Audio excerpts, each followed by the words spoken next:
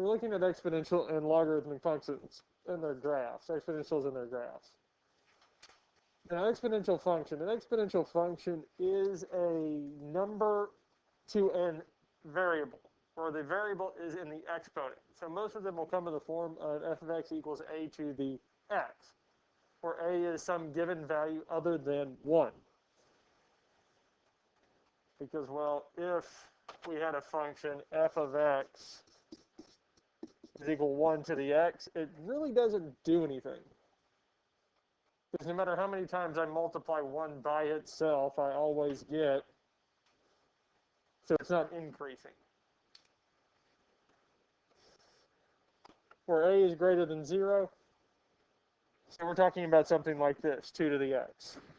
This would be considered an exponential function.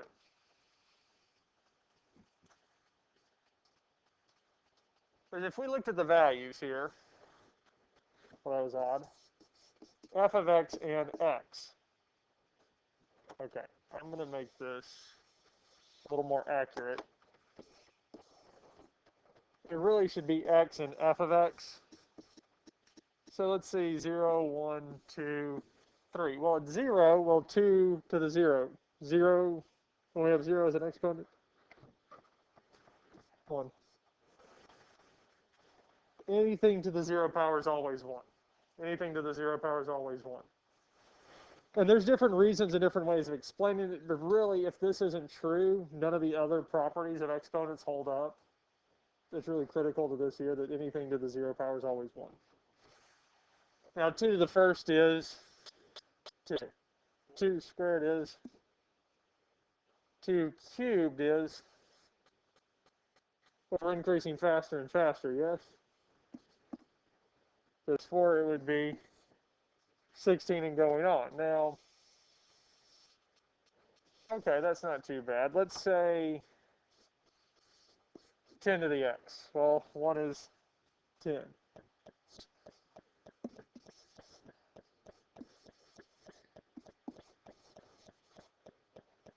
Now we're starting to see this increases even faster, yes? So that's what's with exponentials, because they increase at an exponential rate. They increase at an exponential rate. Now, a, the base, a equals 1 excluded because, well, it's going to be just 1. For example, you know that 4 to the third is 64, and 4 to the 1/2 is 2. However, to evaluate 4 to the x for any real number, you need to interpret forms with irrational exponents. So we also have to have those. For the purposes, it says it's suffice to think of a to the square root of 2, where square root of 2 is this here, as the number that has the successive closer approximation of it. Okay, so the square root of 2 is 1.41421356, and it continues on indefinitely, yes? We're going to treat it like this here, because can we ever truly find out what the full decimal of the square root of 2? No, it's a non-repeating, non-terminating decimal. It goes on forever. So there's no way for us to actually get to the full value of the square root of 2, yes? But I can get close.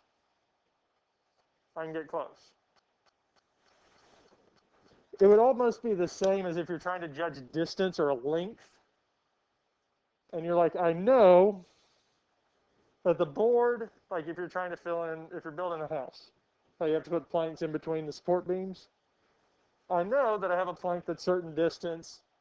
I know it's going to be longer than this beam, but shorter than the other. And I get that approximation between those two beams. Because I know that, say, beam A, or board A, is too small. But beam B is too big. And we can start using approximations to cut down the distance to see where exactly will these two meet up. We can start getting closer and closer. That's a rough example. But what we're doing with this here, let me erase these. Because 1.4 is closer to the square root of 2. It's not exact, correct? But 1.41, okay, we got a little bit closer. We keep getting closer and closer. And what we're doing is we're really taking what's called a limit. And a limit is taking the value as we get closer and closer towards what the number is. We're trying to see as x approaches the square root of 2, closer and closer to that value, we can never reach it, can we? Well, no. But as I get closer and closer to it, a to the square root of 2 is going to eventually approach a certain number. It's going to approach something. It's going to approach this value that we think it will be. So when we can't really find the value, we will take limits of it and see what does it approach from the left and the right, from positive and negative side. What is it getting close to? Now, most calculators can figure it out, the square root of 2. You can take 2 to the square root of 2. The calculator will figure it out for you. It's essentially doing these long calculations, these approximations for us. Okay, y'all ready for this? Use the calculator to evaluate each function at the indicated value of x. What is 2 to the negative 3.1?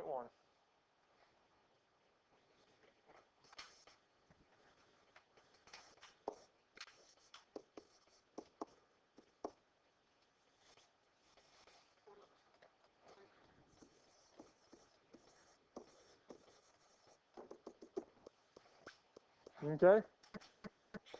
How about 2 to the pi?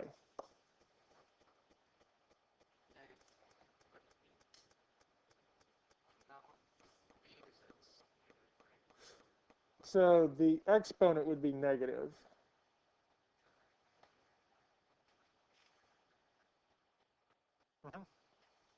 So it would be a fraction. Because 2 to the negative 3 over 1 is the same as 1 over the 2 to 3.1. And we get this here.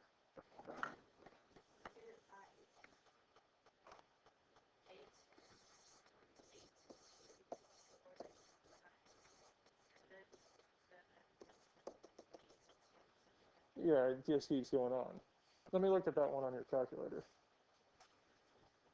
Do I need to put it as a fraction? So the first one, 2 to the...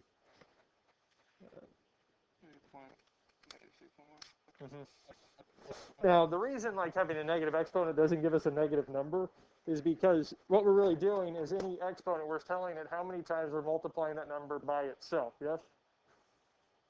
Well, if they're all positive, well, the multiplication of them would be positive, yes? The only way it would work is if the number itself was negative and we had an odd exponent. It would be the only way that we can get a negative.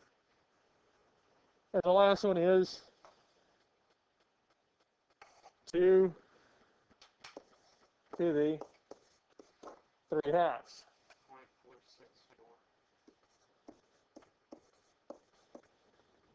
Or do you want me to keep going? I think it's going to be a little bit bigger than that.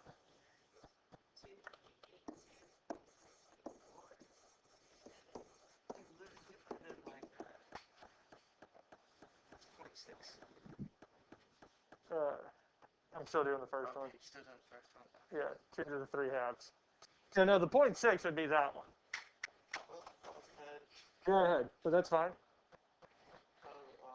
Because this is the same as 1 and 1/2. So we have 2 times the square root of 2. Questions on these here? We like these?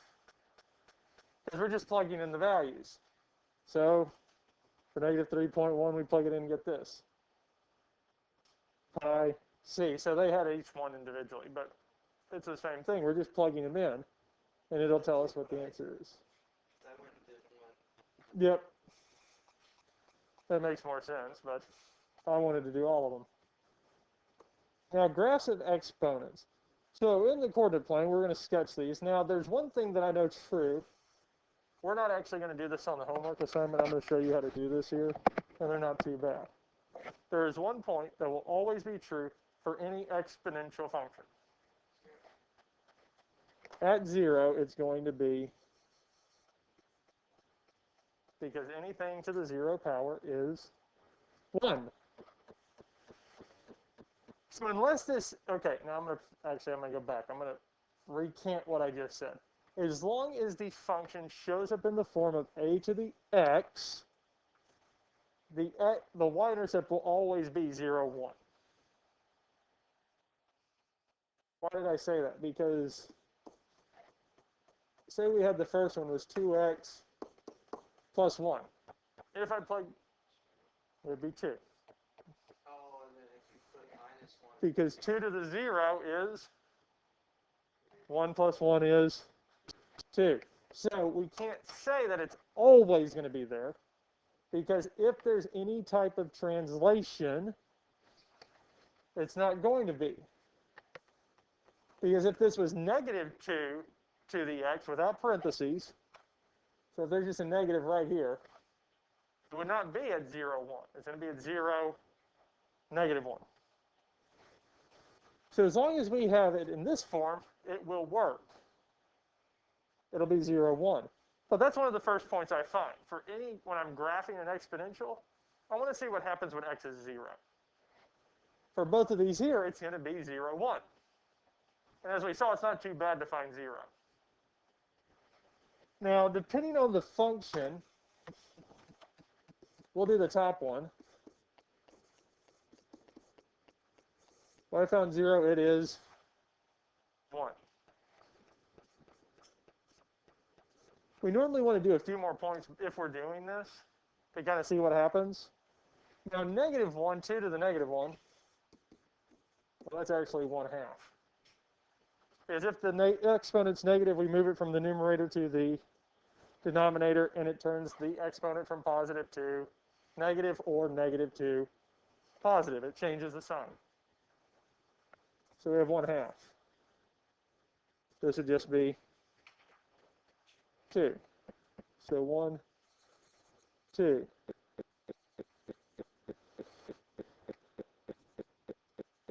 And it's going to keep going this way. Because any negatives, as we just saw here, they're going to move it from the numerator to the denominator, yes? So the denominator for this here, it'd be 1 over 2 to some power, will get bigger and bigger, yes? Will it ever equal 0? Well, no, because the denominator cannot be 0 for 1. And what's the numerator always going to be for this here? 1. So it will get infinitesimally small. It's going to become something what we call 0 plus, 0 to the plus. It's not a positive spin or anything to deal with chemistry. What it's saying, 0 plus, and they use this in statistics and some in mathematics, is that the decimal is so insignificantly small, we're just going to classify it as 0, but it's not really 0. So we call it 0 plus.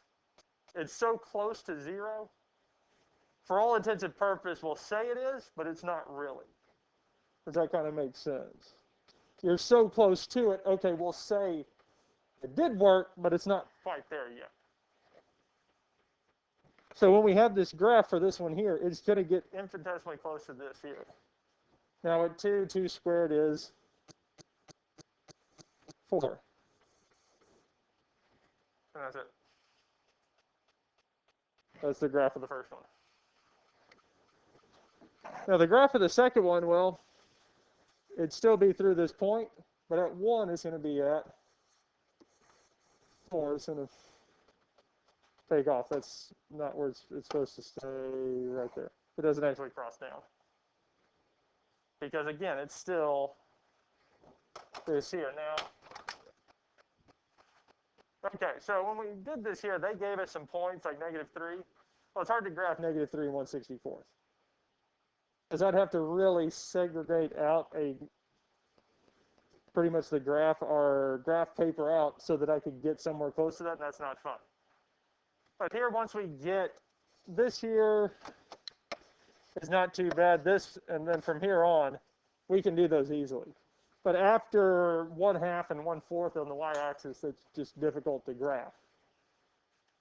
And we have this here, and once we graph them, we get this. Now, The domain and range, the domain for most of these here, all these here, are going to be all real numbers to all real numbers. For any exponential, we're going to have this. Because where's the variable? It's in the exponent. I can take a positive or negative exponent. I can take an irrational exponent. I can take any type of exponent I want, because we're just saying how many times the number is multiplied by itself. The range for this here, when a is greater than 1, a is positive, it's from 0 to infinity. Well, if a is negative, it's going to be from negative infinity to 0, because it's a reflection across the x. Increasing. Now this here, so a is negative. So I was wrong. Sorry, it's 0, infinity, because we're coming. No, I actually had it right. Sorry, I got myself confused. Because the exponent's negative. A is still positive. Whenever the exponent's negative, it's going to be decreasing. This would be considered what we would call an exponential decay function. The other is an exponential growth. Decay is going, exponential growth is going up. As a result, the horizontal line test, therefore, as a result, it's 1 to 1, and the one we can solve. Now, 1 to 1 property is pretty much saying if I can make the variables, the base, be the same, then the exponents have to be the same also. 1 to 1. Now, is there any way I can make 9 be the same as 3? It'd be 3.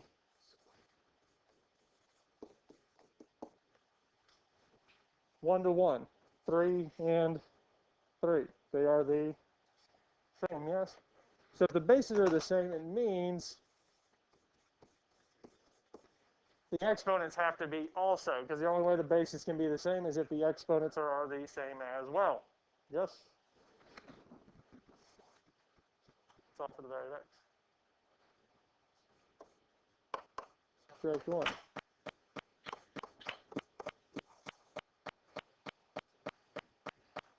And that's it.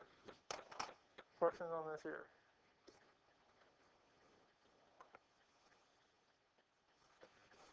Now we have a 2 here, yes? Can I rewrite 8 as 2 to a power? 2 cubed, 2 to the third. Well, it'd be nice if 2 was in the numerator, yes? I can move 2 from the denominator to the numerator of the exponent. Since the exponent, it's really 2 to the first power, so when I move it up, it's now 2 to the negative 1. Questions on this here? Well, powers of powers multiply, so I have 2 to the negative x is equal to 2 to the... Well, if the bases are the same, we can set the exponents equal to each other.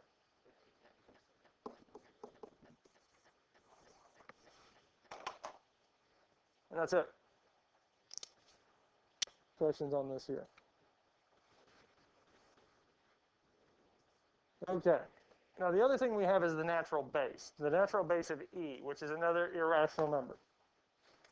Now, this is dealing with natural logs, and we'll get to them in a little bit later on in the chapter.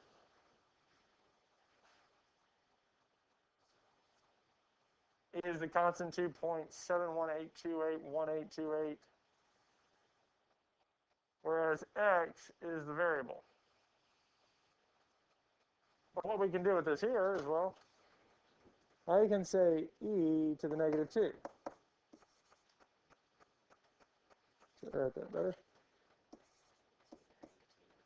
So we type in e to the negative 2. Well, for our graphing calculator, it's second ln. Yeah. And then negative 2.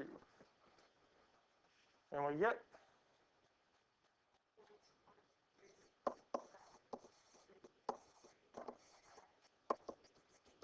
and then it goes on forever, yes? We can do e to the negative 1. We'll do e to the negative 0.3. Because, I mean, we can type all these straight into the calculator, yes?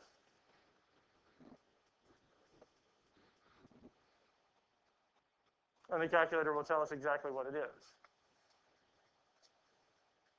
Any questions on this here? So luckily those are pretty nice. But we can also use the one-to-one property with it. Now, are the bases the same for this here? They're both e. So that means 3x plus 2 is equal to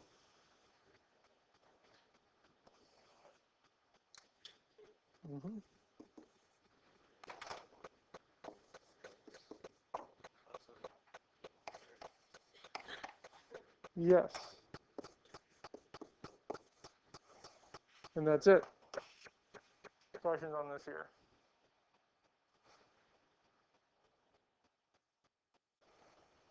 Now we'll look at the application for this one here. One of the most familiar examples of exponential growth is an investment earning continuously compounded interest. The formula is this here. For interest compounded n times per year is this. In this formula, A is the balance in the account, P is the principal, R is the annual interest rate, and N is the number of compoundings per year, and T is time in years. So our amount, A, is how much is left over. How much is the interest adding after everything's said and done. P is our principal, the original, what we started with. R is our interest rate. Now, the number of times compounding, if you've heard when they talk about CEs or different type of interest where it's quarterly, monthly, bi-monthly. Bi-monthly is tricky. Because they're talking, so bi-monthly, 2. Is it every 2 months or twice a month? Oh, Bi-monthly. Okay.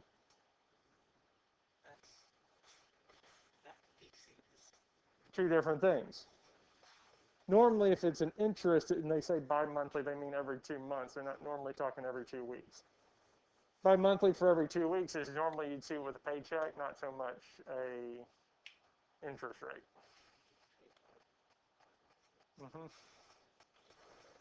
Using exponential functions, we can develop this here.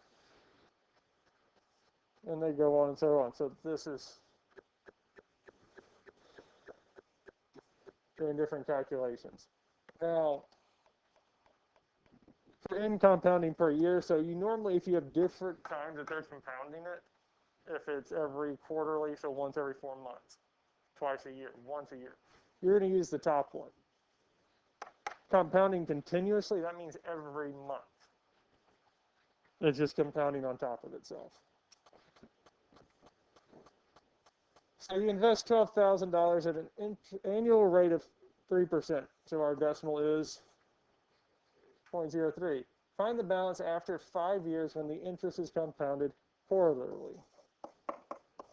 Principal times 1 plus R over N to the Tn. And luckily it's right here. R over N to the Nt. Yep. Now the principal we're starting out with, 0.03. So 5 years times, so,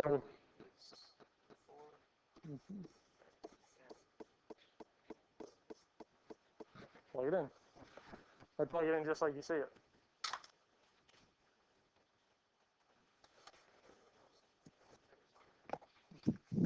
That would help.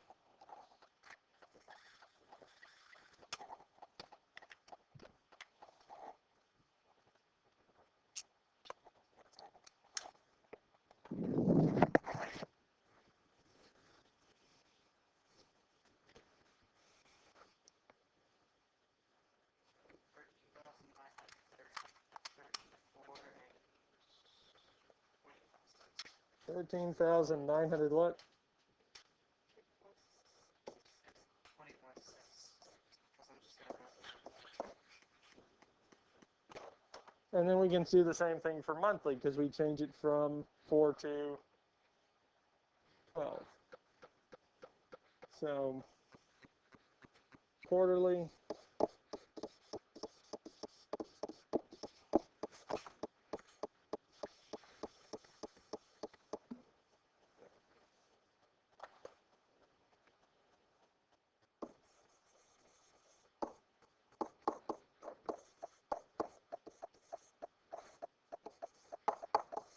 So plug in 12 and see what you get.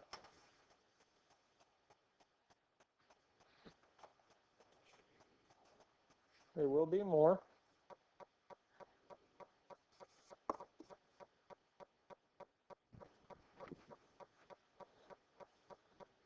Yeah.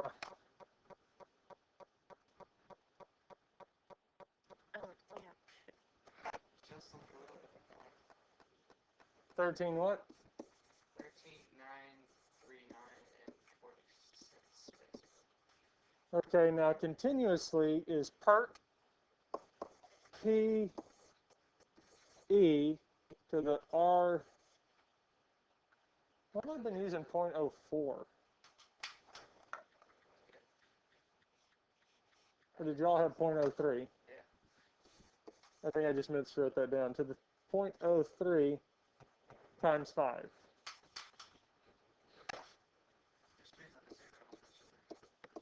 Yes, thank you.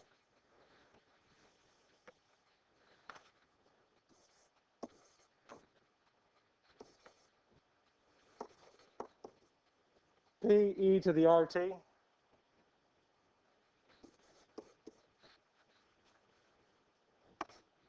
I think it would be 13 or 14,000. What is it?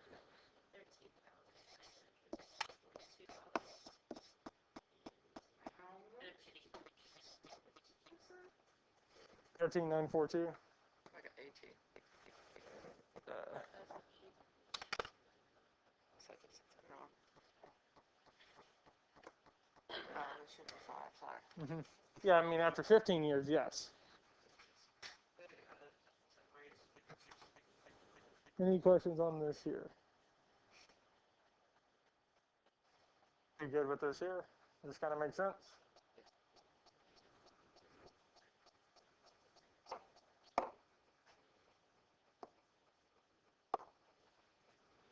So let's do another one. Let's say the interest rate is 0.025. The principal is 189,989, and it is done monthly over 30 years. So for this here, our amount would be 989. So we don't need, really you don't need to put the comma. Times 1 plus 0.025 over 12 to the 12 times 30.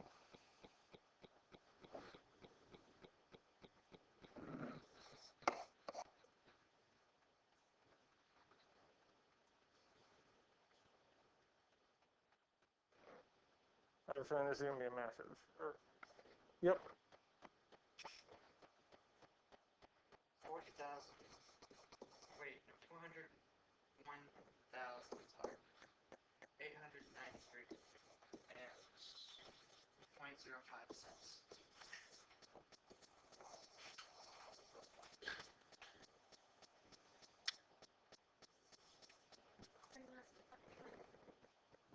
That's a pretty massive change, yes? So sometimes, especially the longer it's left in there, the bigger it's going to increase, the more it's going to increase. So even though 2.5% isn't a whole lot, the amount of interest that can build if it's not, if this was how much you had at that percent, that'd be amazing because it would increase pretty fast. But that's also over 30 years. That's well, okay, probably more expensive, but the 30 years is like a mortgage for a home. Yes. This is a home mortgage. Yeah, so if you, in this, so if the, because this is looking at a home mortgage, but that's if you do not touch the actual payments. because you're paying it off and it's scheduled, and they schedule it so that you would pay it off in 30 years. But this is if I never touched it, because again, it's only making interest off the payments or what's left, and they have it calculated out so that you would actually pay it off in 30 years. Man, I can't wait to meet it all. And I haven't taken the time to look into this, but from what I understand, if you make an additional payment each year, you'll cut it in half. Because if your monthly payments are, say, $1,300, so you'd be making 12 payments at $1,300. You make a payment of 200. So instead of doing 12, you do 13 payments of this.